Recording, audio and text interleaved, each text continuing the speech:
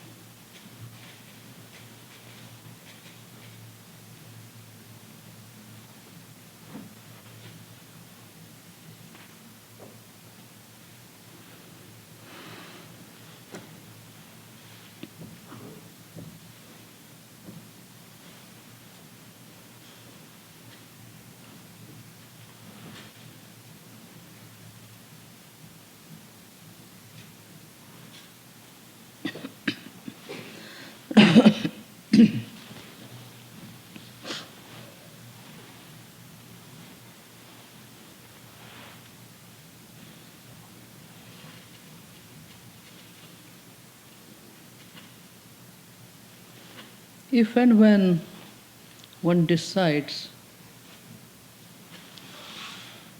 to explore the way of living that is called meditation, one will have to educate oneself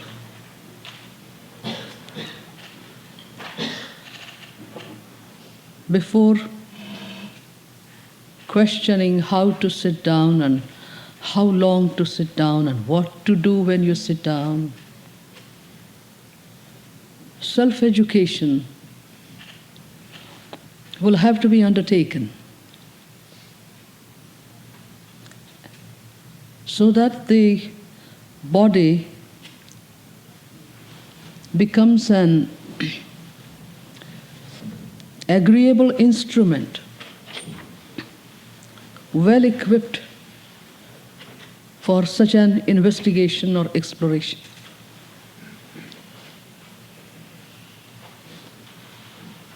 So by proper exercises, one will have to help the body to become pliable, alert, and sensitive. One may have to go over the issue of diet, sleep, and exercises. Investigate and find out what kind of diet will suit, will agree, how many hours of sleep is necessary, how many hours sleep will make you feel fresh, so that one does not indulge either in malnutrition or overfeeding the body, oversleeping it or undersleeping it. These things will have to be taken care first. So one eliminates the disorder on the physical level in relation to diet, sleep, and exercises. One just cannot say, I'll eat whenever I feel like eating, whatever I feel like eating. One will have to go into the issue, find out for oneself. If one has never considered the issue, One may discuss it with like-minded friends or dietitians, nutrition experts, those who have taken interest in exercises like yoga, yogic exercises, Tai Chi, and other exercises. So that has to be taken care of. Secondly, if one really decides to dedicate oneself to such an investigation and exploration, one will have to create an order of priorities in one's life and decide how much time one can devote for self-education, for exploration of the dimension of silence, and so on. Otherwise, our efforts will be sporadic, haphazard. We do it for 1 week and we don't do anything for next 2 weeks, and then we go back to it next month. There won't be any rhythm in it. And for education, you need rhythmic efforts. Education is not something effortless. Education requires time, dedication, and efforts.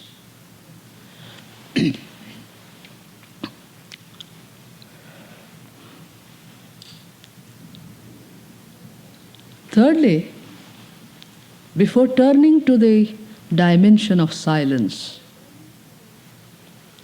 from which sound is born and words get created, we will have to pay attention to our relationship with verbalization.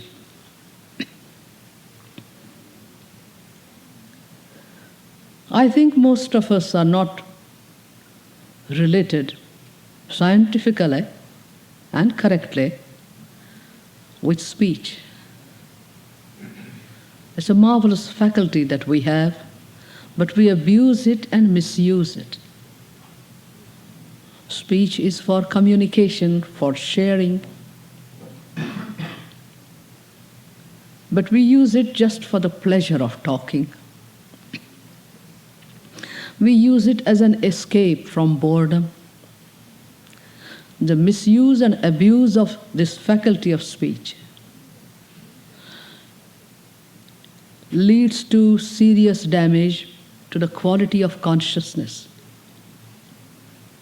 Every word uttered and every word that we listen to conditions the mind. It leaves its mark behind. So the first thing, one avoids unwarranted and unnecessary use of speech, minimizes the areas of verbalization. One leads a quiet life during the period of investigation and exploration. Just too much exposure to speech that we go through results in wastage of vital energy.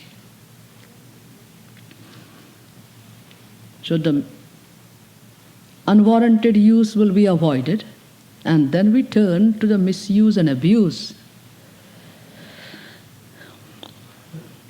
When the speech is not related harmoniously with the motivations that we have,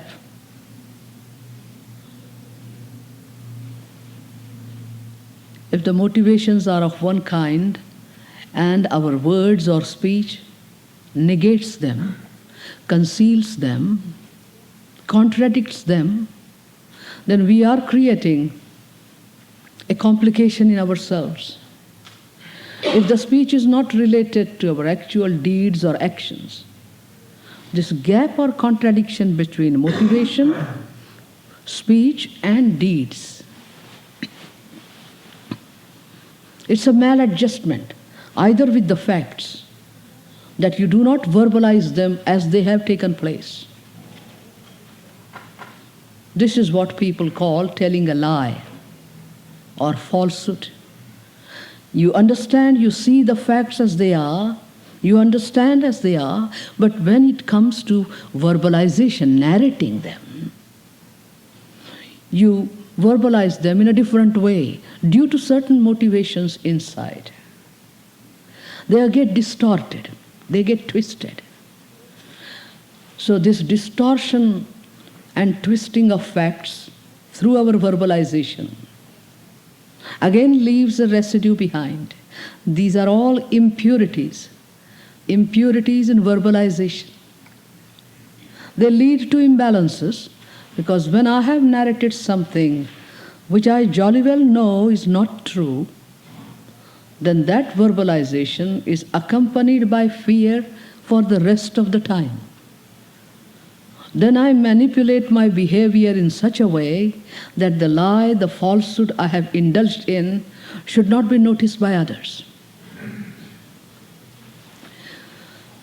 We can't go into the details again, but this purification of verbalization, put it on a scientific basis.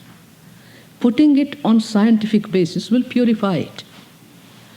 One does not use the word purification in any especially ethical sense, but when you look at things with the austerity of a scientific approach, looks at it from the point of view of adjusting it correctly with facts, with motivations, then that orderliness results in purity.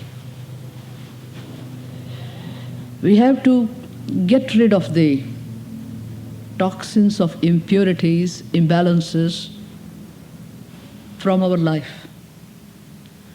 So when one has gone into this self-education, using the body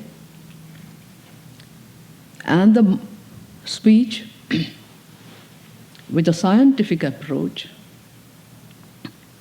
creating order and the cleanliness of order on those levels, then one can turn to silence.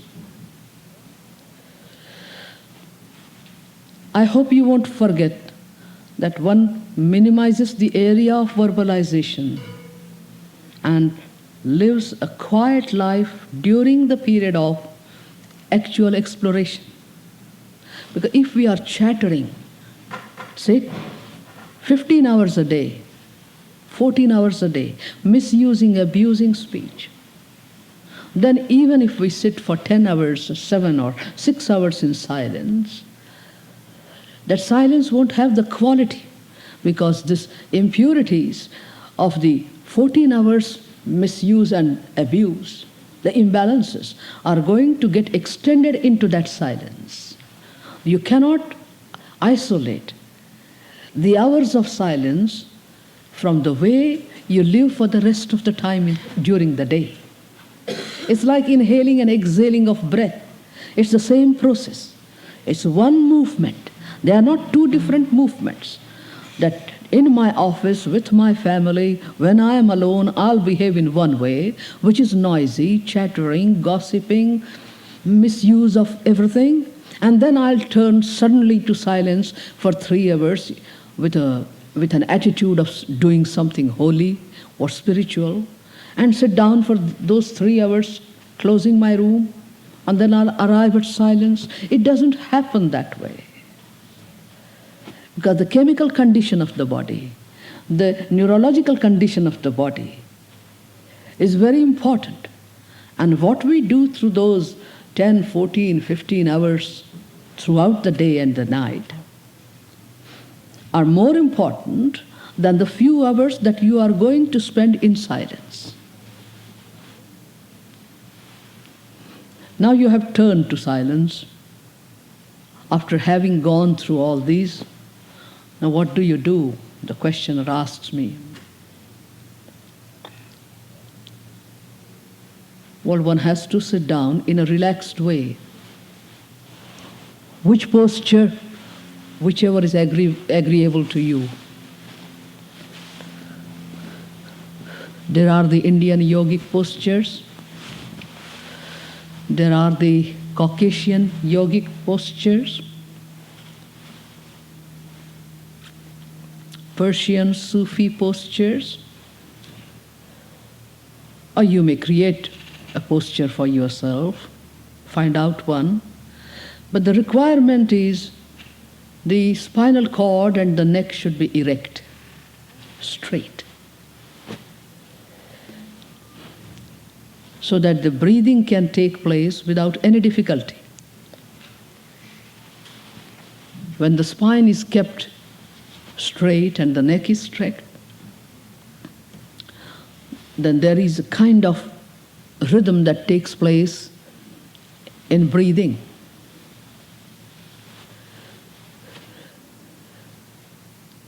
If one experiments with such sitting, one might notice in a short time that one cannot sit quietly and steadily for more than 10 minutes or 5 minutes.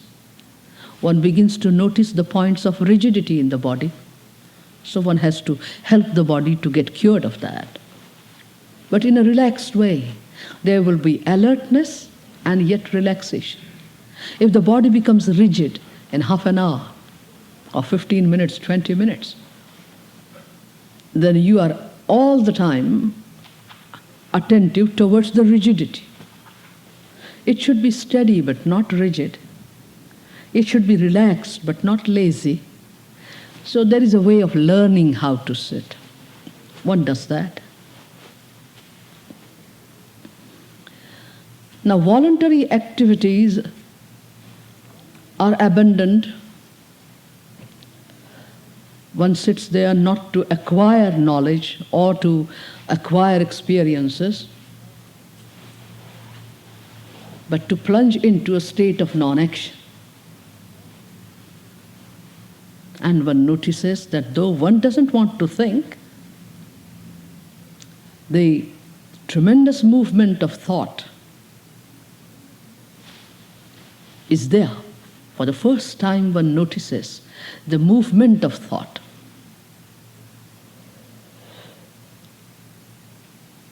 What do you do then? You just notice. The thoughts come up, the memories come up, the so-called dreams of tomorrow come up. It's like sitting in front of a mirror and you are looking at yourself. You are the looker and you are that which is looked at. So you sit quietly and you watch the movement of thoughts.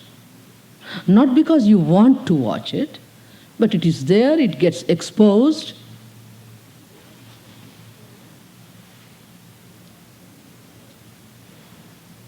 Now, in between silence and yourself is this stream of thought.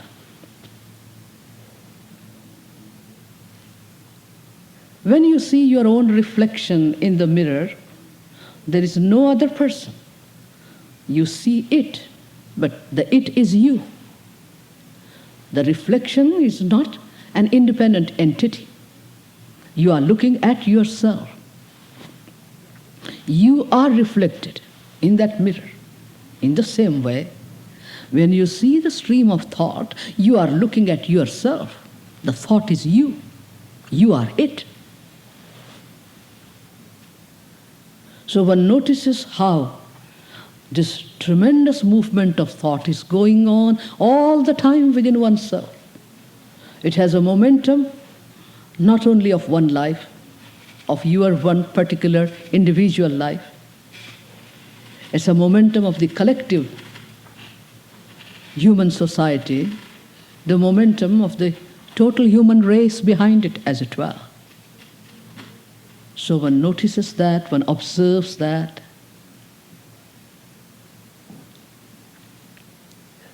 When one understands that the thought moves the same way in every human being, this stream of thought, this product of collective efforts, organized and standardized, these patterns of cerebral behavior like anger, jealousy, lust, ambition, care, concern, affection, and so on and so on. This whole panorama. When one notices that, one is noticing the panorama of whole human thought, which is getting expressed through you or me. It doesn't belong to me. It doesn't belong to you. It's the human thought. Previously, when one had never paid attention to the movement of thought or the structure of thought, one had naively believed it is my anger, it's my jealousy. These are my values, my likes and my dislikes. One had identified with them. But when one sits down thus quietly and the whole structure gets exposed, and one recognizes that this is how thought moves in every human being, with a little difference here and there, then that identification with the structure of thought, with the movement of thought, with the particular expression of that thought stream is no more there. It's an extremely important and significant point to understand, at least intellectually, that thought belongs to no one. The expressions get modified and qualified. The expression may be personal, but the content of thought is the same for the whole human race. And we are worshippers of our reactions and our likes and dislikes. They are very important to us. Whenever a challenge comes or a relationship is there, as soon as the relationship or the challenge stimulates a reaction, we get entangled in those reactions. They are more important, not the challenge. We get so obsessed with them, so entangled in them, and they dictate the response. They overwhelm me because we have worshipped our reactions, our norms and our criterias. They are the only things available to us in order to relate to the outer world. The norms, the criterias, the symbols, the concepts. We have been looking at reality through them. We have judged reality of life on their basis.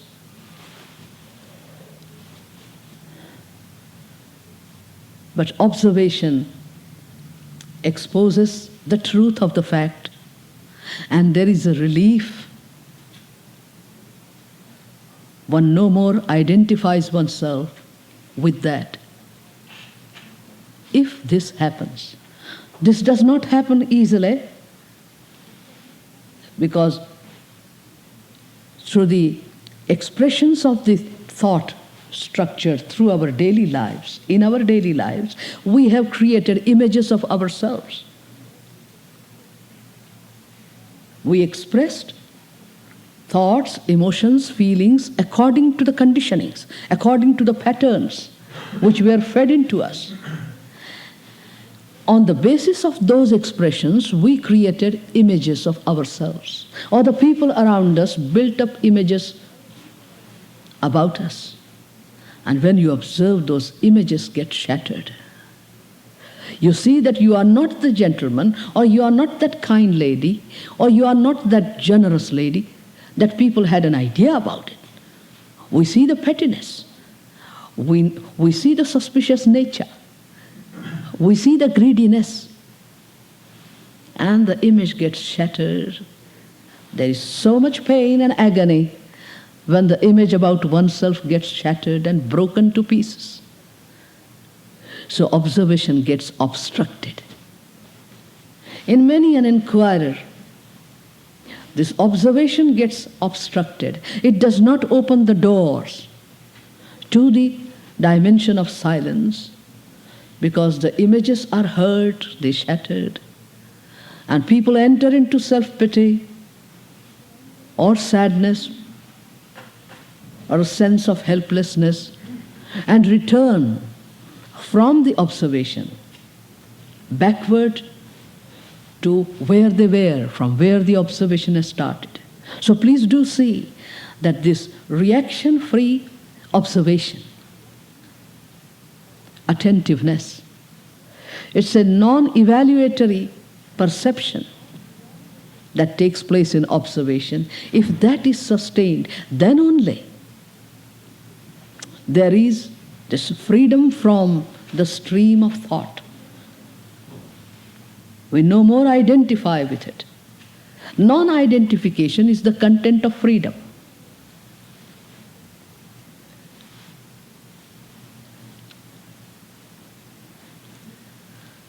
If this happens, if this takes place, then the observed and the observer disappear from the field, and there is silence.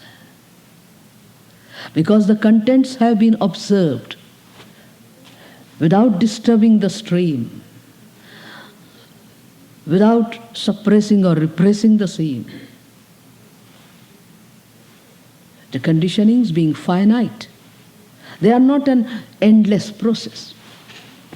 If and when they are observed, then they subside.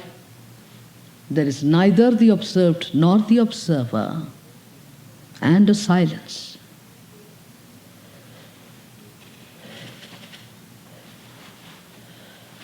So you had asked me, how do you sit and what do you do? I think I have covered the points. May we turn to the next one? Second group of questions have to do with order and preparation. What kinds of preparation, if any, are helpful in leading us to a state of wholeness? And in particular, what is the practical, experiential way of dissolving the disorder in our lives? How do we order our lives, including our means of support that will support a meditative life? Will you please read the last one again? Yes.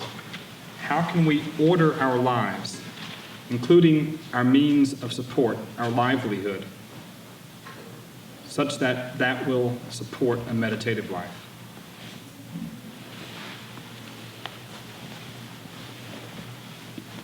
Thank you.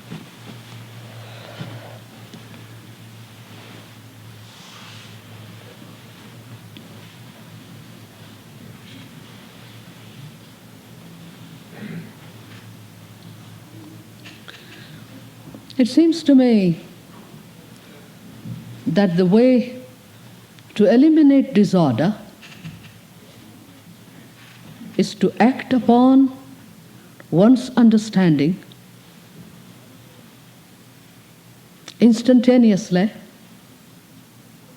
immediately, come what may. Disorder can enter when we betray our understanding, take into consideration extraneous factors,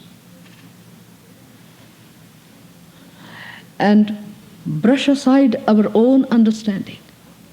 We rely more upon the knowledge that the society has given us than that tiny light of understanding which is in our own hearts. As we live through life, the interaction with situations and persons does result in understanding in every human heart. There is no human heart which is incapable of understanding. But we do not trust our understanding. We trust the authority of scriptures, of books, of celebrities, authority of compulsions. So one has to have self-respect, and one has to learn to trust one's understanding, act upon it. Then perhaps the disorder and the chaos that comes about by accepting the authority of others will, will disappear.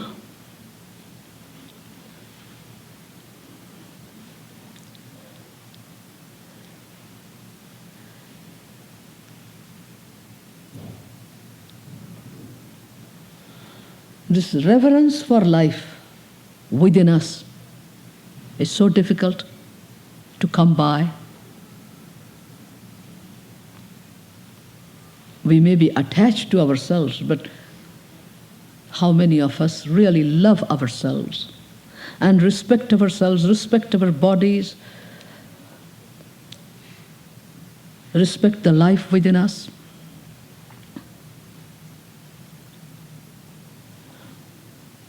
So whatever little understanding one has, one lives by that. And you will see that it helps to eliminate disorder.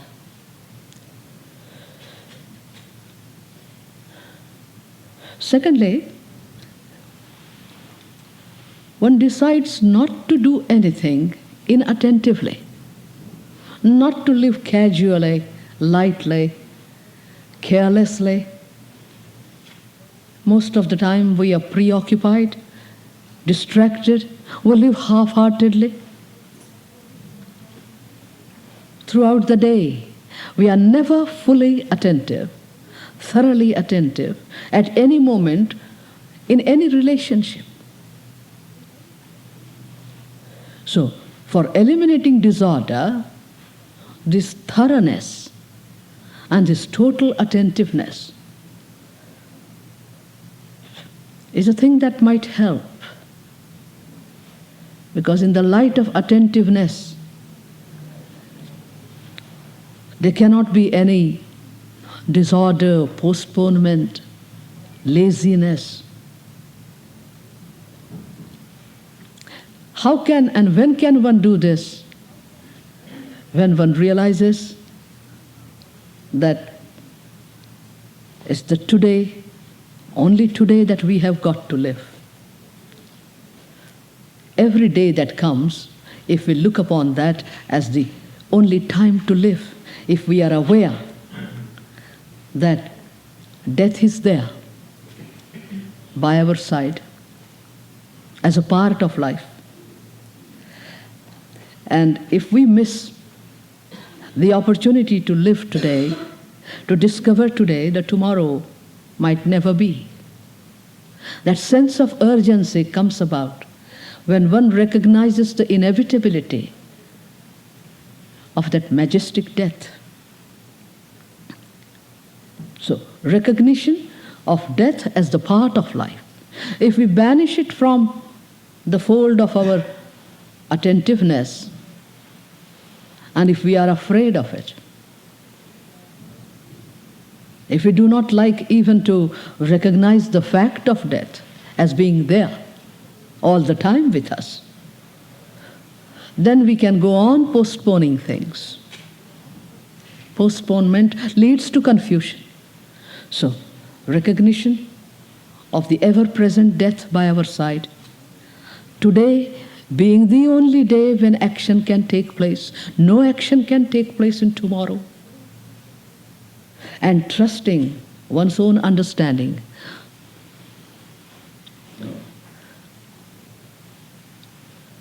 These are a few suggestions for eliminating disorder.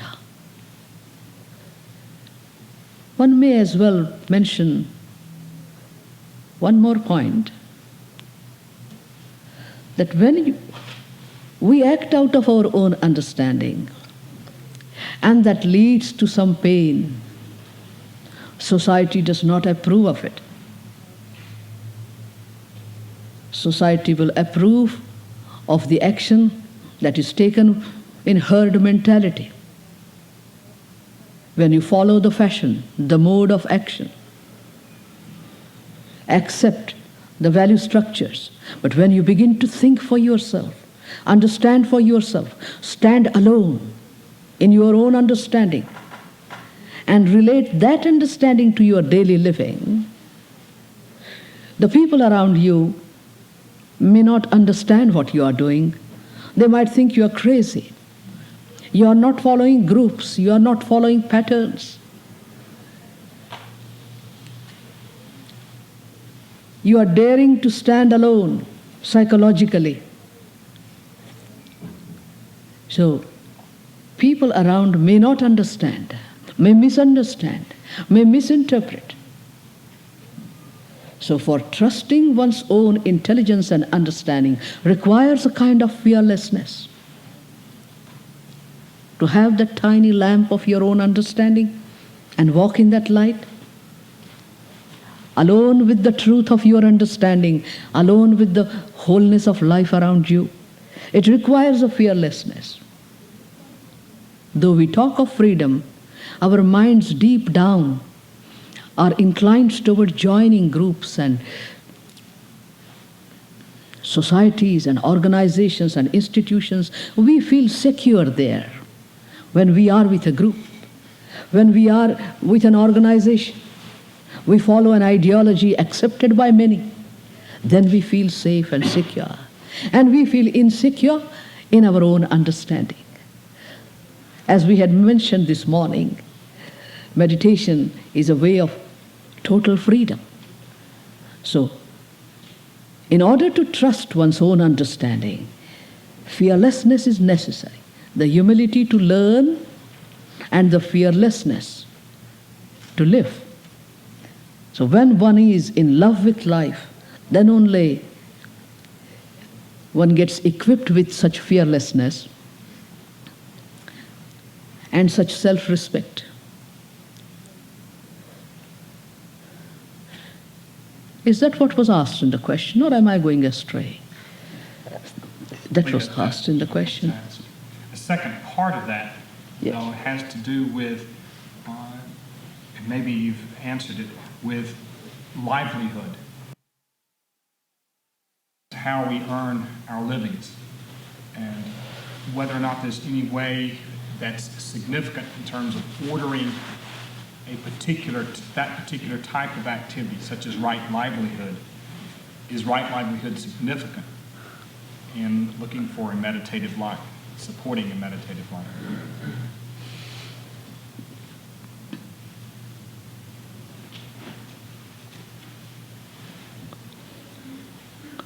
If it were India, it would have been easy for me to answer the question. Not having lived here in this country, I don't know if I am really entitled to answer this question. Certainly, one wouldn't take any jobs that have anything to do with war directly or indirectly.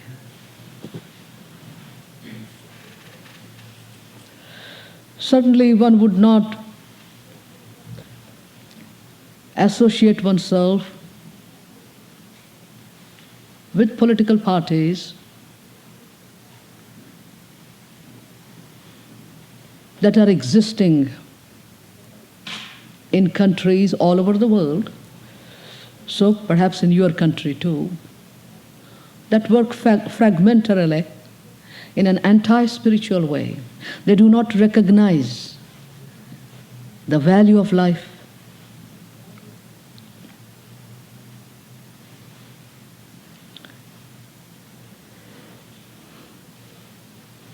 I don't think an inquirer would associate oneself with educational institutions that have structures not recognizing the wholeness of life. I had said this morning, or perhaps last night, that everything is in a melting pot. The challenge is to create new vocations, create new ways of living, exploring social alternatives, economic and political alternatives. The challenge is very serious and very urgent.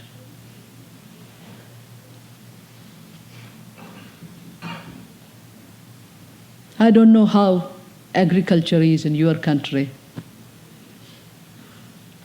whether one could have a farm and live by that farm.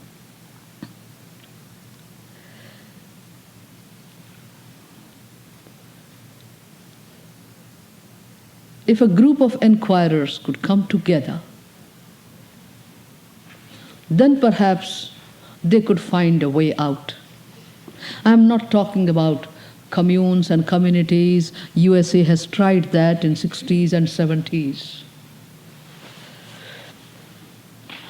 Not in that strict sense of communes and communities, but exploration by a group, finding out ways of livelihood, ways of educating the children. It's not work of an individual. Now, if the group is not available, what can the individuals do? I think the individual can begin with having first a non-comparative approach to one's own life. That is to say, the person will never compare himself or herself with others as far as the needs of life are concerned and how they are provided. We go on comparing ourselves with others and feel whether we are richer than others or poorer than others. Always comparing ourselves with others. So one says, I do not want to go on increasing my necessities. I would like to simplify my life and simplify the economic life also. So I am not concerned with the existing value structure of society. I will keep my needs to minimum, to live a simple life and do some part-time job which will not be directly associated with exploitation, imperialism, colonialism, wars, violence, and so on. So a non-comparative approach to oneself, one's life.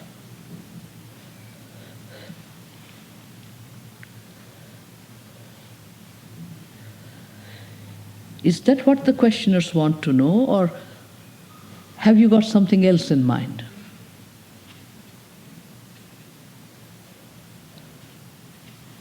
When you ask about the means of livelihood, what exactly are you asking? In our group, there was some discussion about whether energy should, that there's some professions such as surgery where there's constant stress, as opposed to, say, someone who's a gardener or a farmer where you could live a more meditative life. And there was some discussion on whether energy should be given to making some decisions to change one's profession or right livelihood based on deciding whether certain professions lend itself more to a meditative life than others. You know, I wouldn't begin at that end unless I am working in Army, military, Navy, Air Force, you know, that kind of thing. I wouldn't begin at that end. I would keep the profession as it is, simplify my life, simplify my needs, have a non-comparative approach to oneself, and go with the process of equipping or educating myself. And as the inner equipment goes on, as your inquiry ripens and gets correlated to everything that you are doing, then the external circumstances begin to turn and become favorable. If it is possible, if a person is not married and one can move from Boston, Cambridge, or New York, or what have you, to some small place, country area, and become a farmer or a gardener, very good. But what can a person who is married do? You see, if you say it is required, it is necessary, it's one of the musts of inquiry, or investigation, then the inquiry will be limited to those who are either not married or who have no responsibility. It will become the luxury of those who have money. And already those who have money, this elite of society, have converted this inquiry, investigation, exploration into an intellectual luxury, emotional entertainment. Because they don't have any other responsibilities, they go on and they intellectually commit themselves to the inquiry. They feel it's okay now. They have gone holy and spiritual. But meditation is not an intellectual commitment. It requires the commitment of the whole life. So one would begin and let the inquiry go deeper into one's life. Let it consume your whole being. So you keep the job as it is. If you can take up a part-time job and free yourself from the whole-time job, if it is possible, one does it. Otherwise, leaves the job alone and educates oneself in other areas, refines and makes it more and more sense. This I consciousness can never discover the totality of life within me or within the other people. So it is always with the partial knowledge, the fragmentary knowledge. It has the authority of experiences, the knowledge, the memory, which are all fragments. And with those fragments, it is trying to relate to the whole. Naturally, it feels afraid. I don't know if I can make this point clear in a short time, but it seems to me that do what you will, as long as one is functioning through the ego, there is bound to be fear. The I consciousness, which is trained in acquisitive tendency, which knows only knowing, experiencing and projecting those experiences, can never be free of fear. It can cultivate bravery, the opposite of cowardice or opposite of fear. It can cultivate the other end of the duality. But bravery is not fearlessness. I hope we distinguish fearlessness from what you call bravery.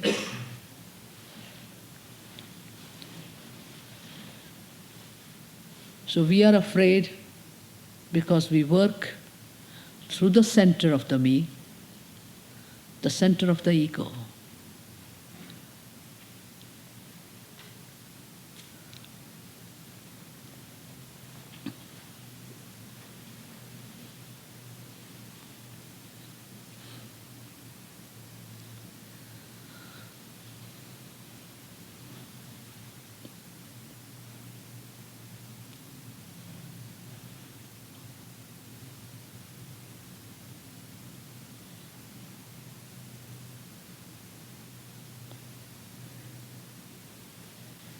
Could it be that we depend upon others, their acceptance, their acknowledgement, their recognition, the prestige and respect that they feel for us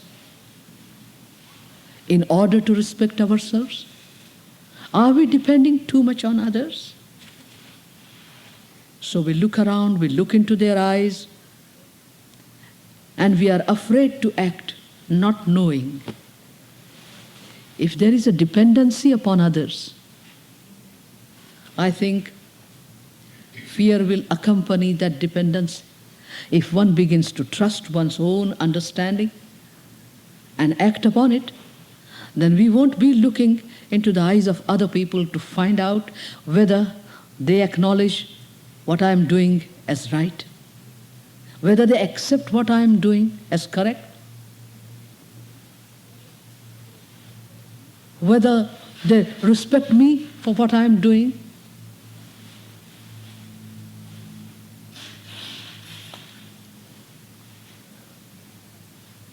So everything goes back to the issue of trusting one's intelligence and understanding and acting upon it. The moment the authority of others is banished, the dependency upon others is banished, and there is trusting the intelligence, then I think there's a beginning of fearlessness. It doesn't mean that we might not commit mistakes, that we might not falter. But the failures teach us much more than the success can ever do. We learn from failure. We learn from mistakes.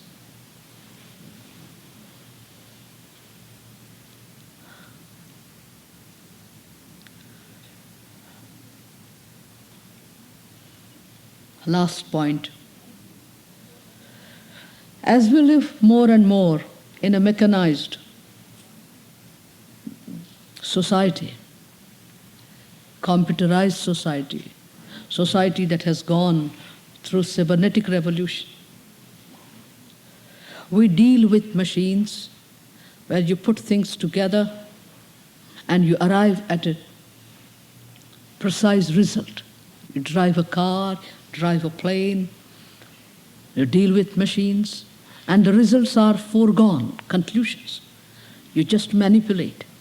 Now, human life cannot be manipulated the way machines and cars can be manipulated. So, living so much with the machines, we get into the habit of wanting to know in advance what is going to happen. And unpredictability is the beauty of life. There is a kind of insecurity with that unpredictability. And living with machines, we are used to have the guarantee of security before we act. With machines, it is possible to some extent. But with human beings in psychological relationships, this assurance of security is not possible. So to live is to be vulnerable to the unpredictability and insecurity of this vast dance of life, where everything is related with everything else. Life is a mystery. Everything is interrelated with everything else. This interrelatedness of the earth with the skies, the sun, the moon, the earth with the oceans, the rivers, the mountains, interrelationship between the animal kingdom and the human kingdom. It's something marvelous, fantastic. The eye doesn't have the holistic approach. So, life is a mysterious, homogeneous wholeness which cannot be captured by the mind, by the me, the I, the ego, into a concept, into a definition, into a form. There are no terms of reference or precedents for living which would be useful. I am talking about psychological relationships.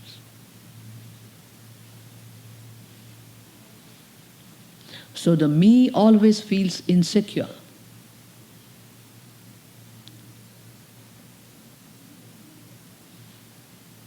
If we understand that, through the mind you can deal with material things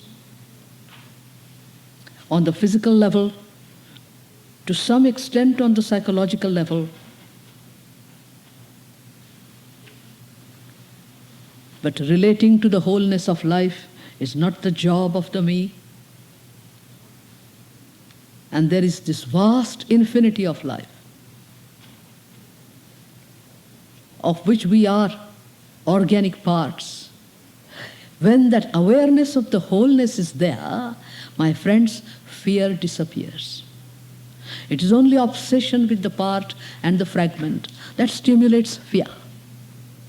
The recognition of this mysteriousness of life and the awareness of the mysterious mystery of life dispels fear, as it were. Because then you know that two things are necessary for living. One is an effort on the physical level with the help of the senses, the mind, the brain, with the help of knowledge and memory. And there is the necessity of effortlessness, surrendering the effort, and being what you are, letting the life operate upon you. We are tense with this idea that we have to act, we have to operate. And we don't know how to operate. Therefore, we are afraid. If we become aware that being is as important, if not more, than this process of becoming, in which you indulge on the physical level. You go to school, college, university, you become a doctor, a lawyer, an engineer, a painter, a writer, a poet, a musician. There is that process of becoming, using the knowledge and experience of the past. And you use that as a member of society. Function on that level. But vaster is the area of life and living where the being, living at the depth of your being, effortlessly,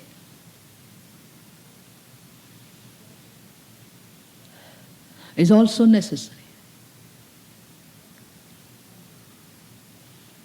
So in order to set oneself free of fear, this recognition of beingness, the essence of our existence,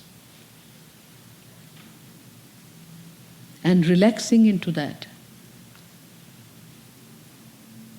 may be a help.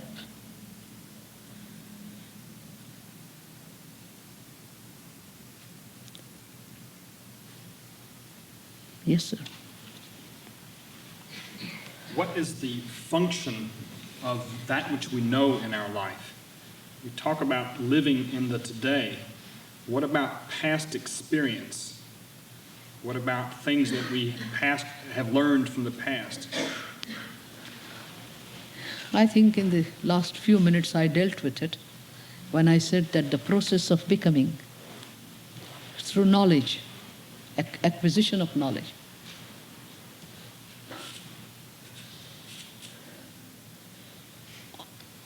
when you function as a member of society and you do certain jobs, you have to acquire knowledge. You have to use the knowledge and experience of the whole human race when you drive a car, when you work with an electronic machine, when you travel by air. You are using the experience of the past. In literature, in philosophy, in music, you are using the concepts, the symbols that have been created. They are the wealth of civilization. You and I meet here at 3:30 in the afternoon. 3:30 by the watch. Watches are created by us to represent the concept of psychological time.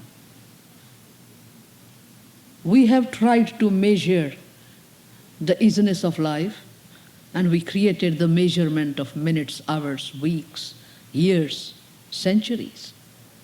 Life is free of all these superstructure of measurement.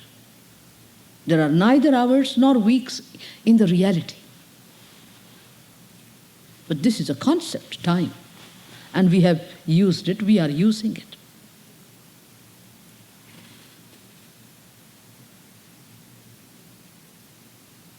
We use the notes in music,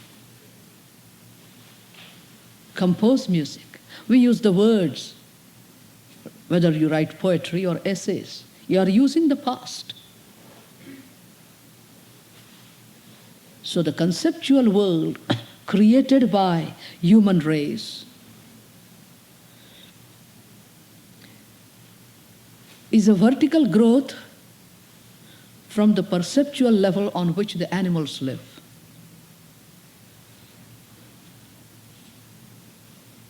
We started reducing the percepts, what we have perceived, to an abstraction of an idea.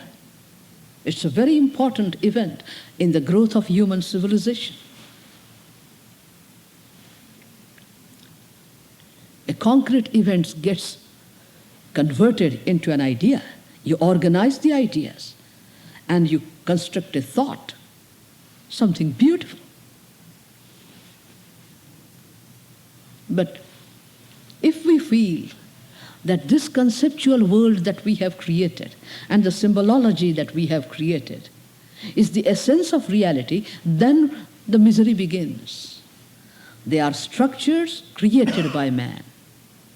They have relative utility if one knows how to use them beautifully, elegantly, skillfully. And one uses them, but one never mistakens them for the reality. Reality is free of all your symbols and all your concepts. It's free of languages, though we use languages. Silence is the substance.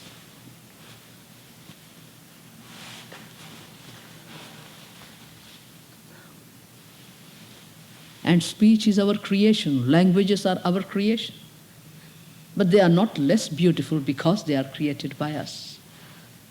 They have their own beauty. So if you ask me, what's the role of knowledge and experience? What is the use? I think life would be poorer if we run away from the knowledge and experience with which we are born. In you and me, the total human race travels. Not only the total human race, every human being is a condensed cosmos. Innumerable energies contained in us. Some are explored, tapped, mapped out, and are utilized. Others are yet to be explored and utilized. So we know the conditioned energies as conditioned, use them in their relative fields, and never confuse the part for the whole.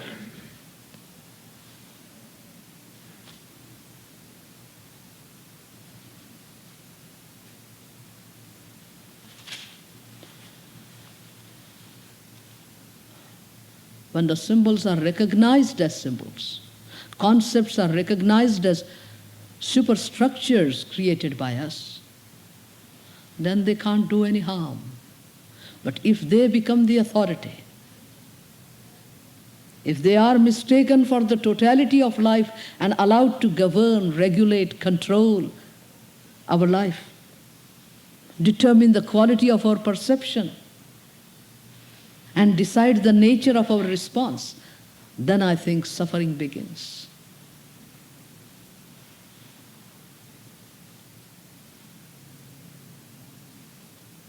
Can you explore love through knowledge? Can you measure silence by thought?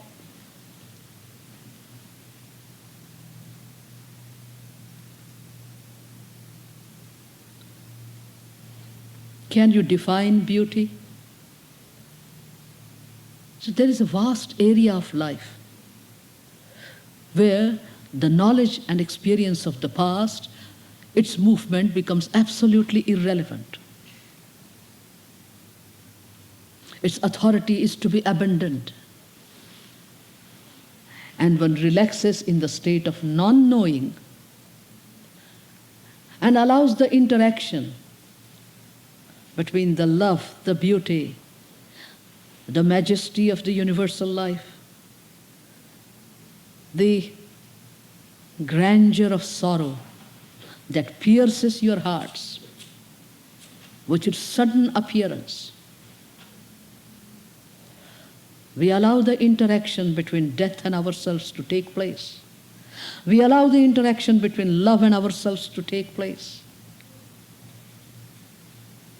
knowing full well that knowledge and experience are irrelevant as far as this interaction goes. When they are not confused, then I think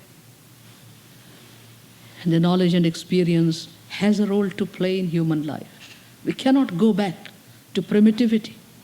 We cannot run away from the sophistication and refinement of brains and pretend that we can live as primitives. We can't.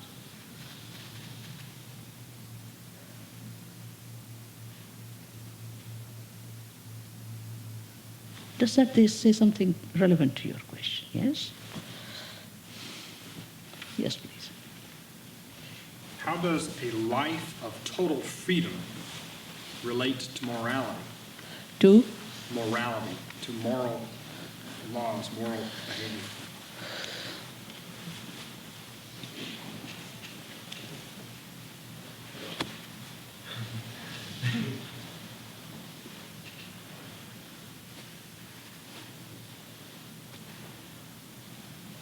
Do we want to speculate about that?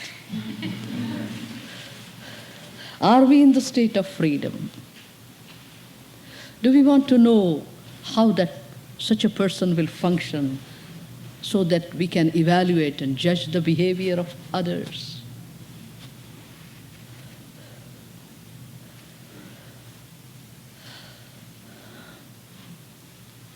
Freedom brings its own morality.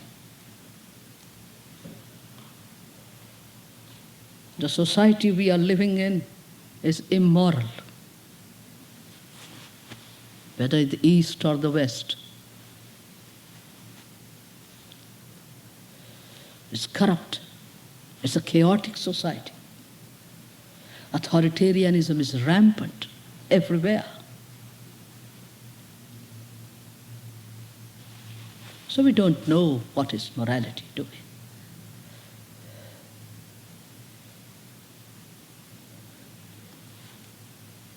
And a person who turns towards freedom, the dimension of freedom, at the very first step, sets himself free of the authority of all this so-called morality of society.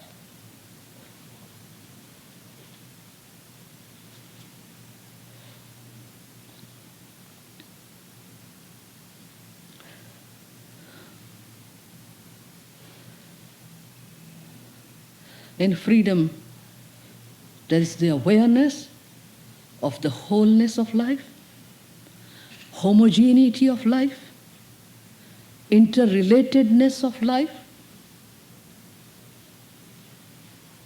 And this awareness, this movement of intelligence, the unconditioned energy, releases what you call love. It's only love that is moral.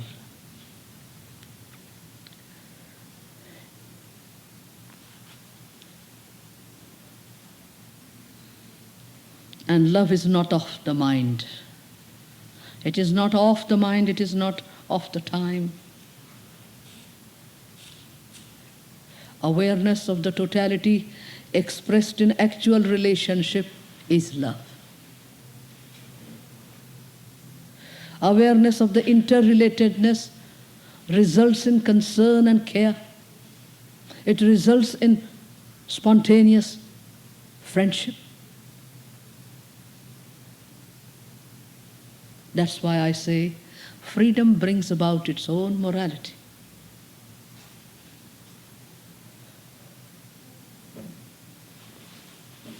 I wonder, by using the term morality,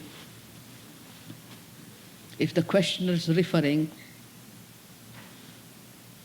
to sex.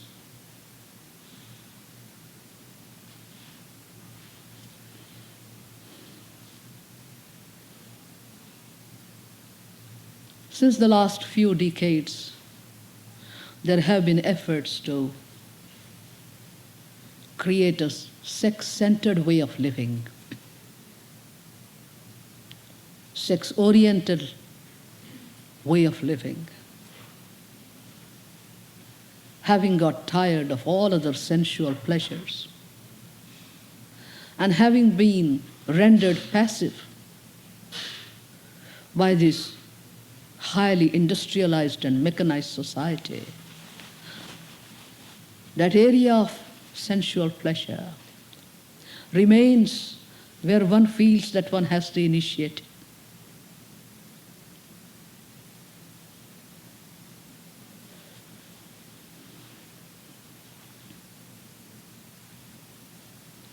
So one wonders if the questioners have in mind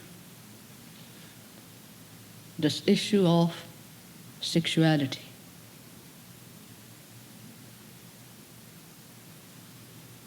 As there are only few minutes left and we'll be closing down or concluding the discussion by 5 o'clock.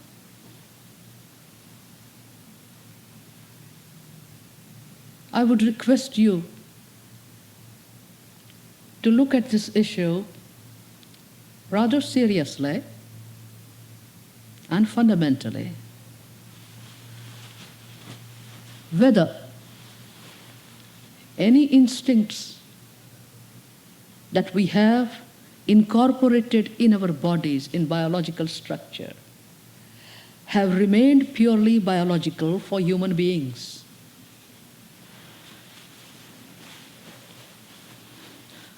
The sex impulse or sex instinct, is it purely and merely biological for human beings?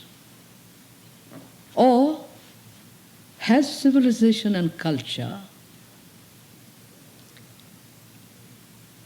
converted the biological instincts and impulses into psychological and enriched them with a new meaning, new content?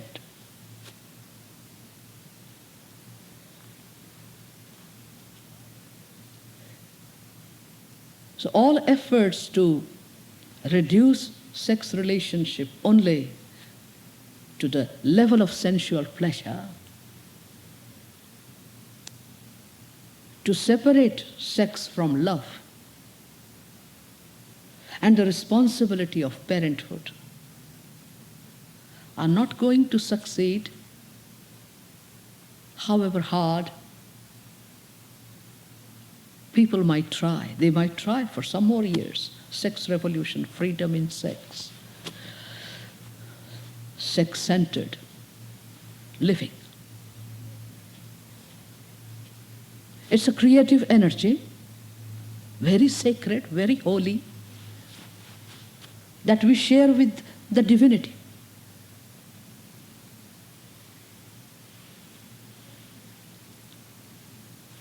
And love being the source of creation, love and sex cannot be separated. It cannot be reduced to a mere biological, sensual pleasure, and escape from boredom, and escape from loneliness. Then I think we are degrading that creative energy into something rather cheap.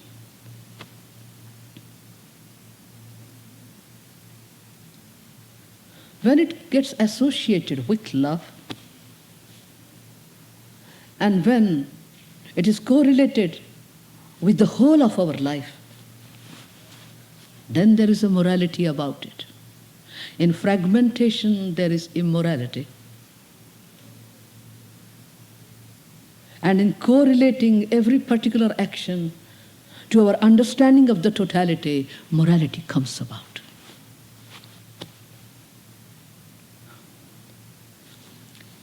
Fragmentation is sin, and the awareness of the totality while dealing with particular is virtue.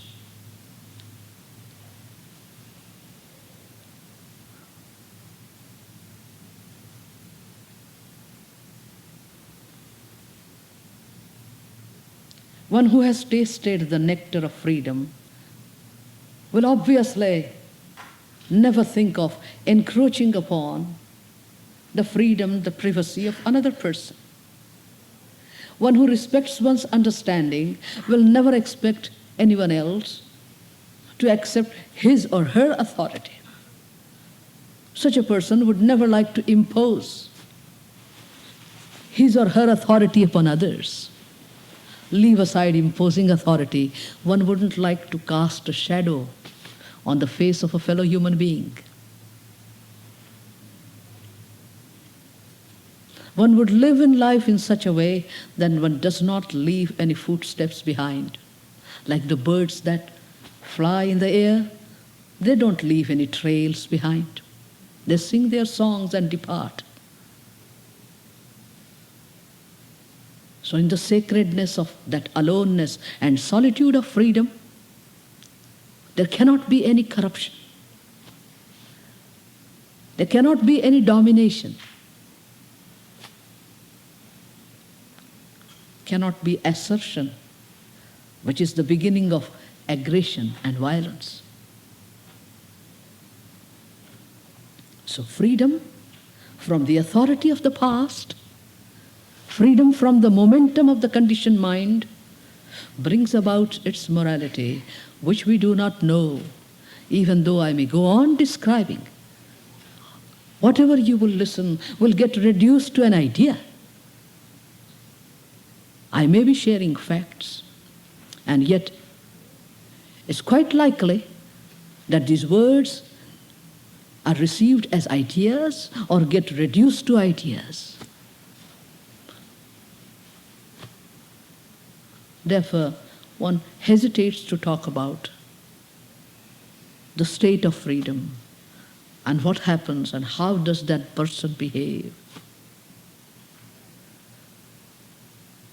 If one describes and goes into details, then people will have new pictures of the state of freedom, and they'll try to approximate their lives and actions to that definition, that picture. So the old traps are thrown aside and new traps are brought in. You wouldn't like me to do that, would you?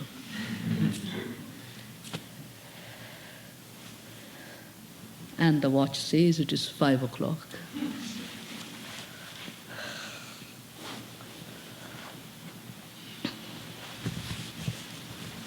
Period of silence of half an hour.